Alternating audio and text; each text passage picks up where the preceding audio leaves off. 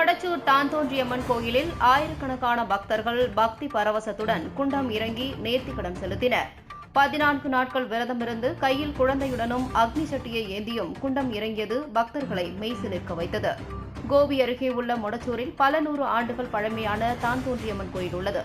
இந்த கோயிலில் ஆண்டுதோறும் டிசம்பர் மாதம் இறுதியில் குண்டம் மற்றும் தேர் திருவிழா நடைபெறுவது வழக்கம். அதன் ஒரு பகுதியாக இந்த ஆண்டு குண்டம் திருவிழா கடந்த 13ஆம் தேதி பூச்சாட்டுதலுடன் தொடங்கியது. 25ஆம் தேதி சந்தனக்காப்பு அலங்காரமும் 27ஆம் தேதி மாவிளக்கு பூஜையும் நடைபெற்றது. அதைத் தொடர்ந்து நேற்று இரவு பக்தர்கள் காணிக்கையாக கொடுத்த 10 டன் விறகுகளை கொண்டு குண்டம் தயாரிக்கப்பட்டது. விடிய விடிய விறகுகளை கொண்டு தயாரிக்கப்பட்ட குண்டத்தை சுற்றிலும் 1 டன் மலர்களால் அலங்காரம் செய்யப்பட்டது.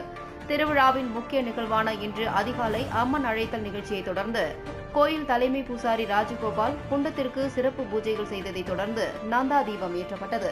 அதன் பின்னர் தலைமை பூசாரி ராஜகோபால் முதலில் குண்டம் இறங்கியதைத் தொடர்ந்து கோயில் பூசாரிகள் அடுத்தடுத்து குண்டம் இறங்கினர். அதைத் தொடர்ந்து கடந்த 14 நாட்களாக காப்பு கட்டி விரதமிருந்த கோபி, மொடச்சூர், கல்ராமணி, வடுகபாளையம், வேட்டைக்காரன் கோயில், ஓலப்பாளையம், வடுகபாளையம், புதூர், இந்திரா நகர் உள்ளிட்ட பல்வேறு பகுதிகளைச் சேர்ந்த ஆயிரக்கணக்கான ஆண்கள் மற்றும் பெண்கள் கையில் குழந்தையுடனும் அக்னி சட்டியை கையில் ஏந்தியும் குண்டம் இறங்கி நேர்த்திக்கடன் செலுத்தினர். சிறுவர் சிறுமியர் குண்டம் இறங்கிய போது பக்தர்கள் கைதட்டி உற்சாகப்படுத்தினர். குண்டம் திருவிழாவை முன்னிட்டு ஏராளமான போலீசார் பாதுகாப்பு பணியில் ஈடுபடுத்தப்பட்டிருந்தனர்.